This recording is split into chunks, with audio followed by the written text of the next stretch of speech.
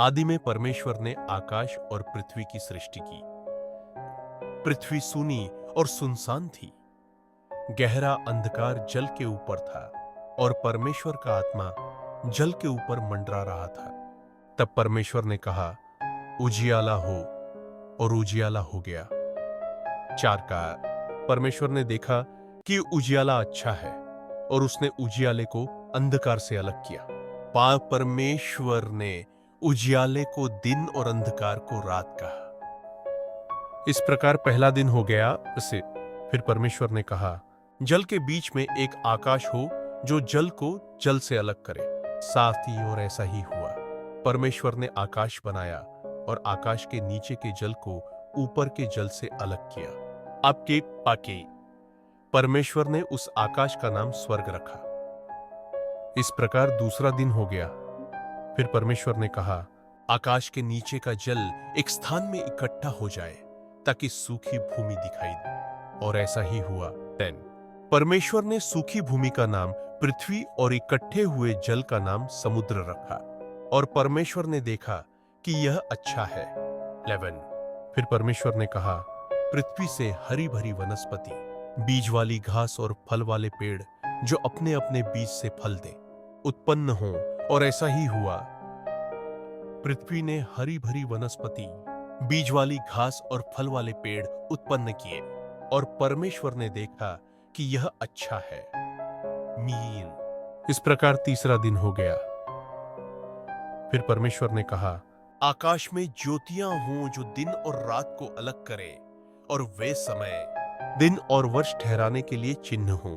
किन वे आकाश में पृथ्वी पर प्रकाश देने को हों, और ऐसा ही हुआ। 3 परमेश्वर ने 2 बड़ी ज्योतियां बनाई। बड़ी ज्योति दिन पर राज्य करने को सूर्य, और छोटी ज्योति रात पर राज्य करने को चंद्रमा और तारों को भी बनाया। परमेश्वर ने उन्हें आकाश में रखा ताकि वे पृथ्वी पर प्रकाश दे, दिन और रात पर प्रभुत्व करे, और उजियाले को अंधकार से अलग करे। और परमेश्वर ने देखा कि यह अच्छा है। सन्ना 7 इस प्रकार चौथा दिन हो गया। 18 फिर परमेश्वर ने कहा, जल में जीवित प्राणी भर जाए और पक्षी पृथ्वी के ऊपर उड़े। और परमेश्वर ने बड़े बड़े समुद्री जंतु और सब जल में रेंगने वाले जीव और सब प्रकार के पंख वाले पक्षी बनाए।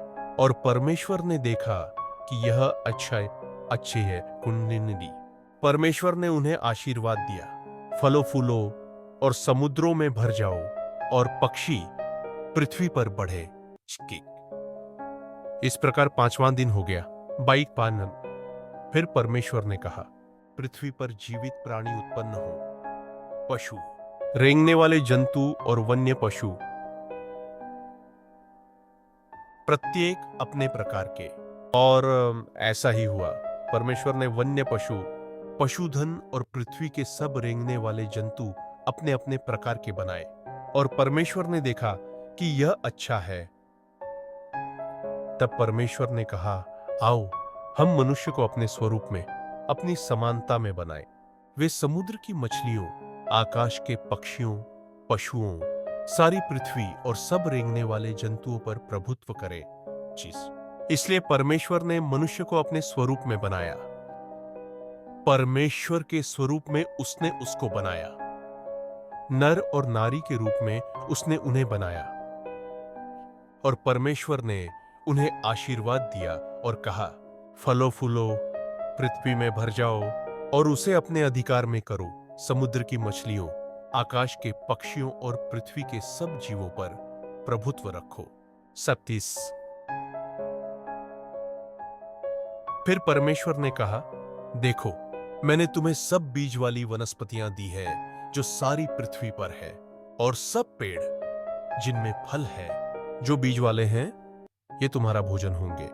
और सब पशुओं, पक्षियों और पृथ्वी पर रेंगने वाले जीवों को भी मैंने हरी वनस्पति भोजन के लिए दी है। और ऐसा ही हुआ।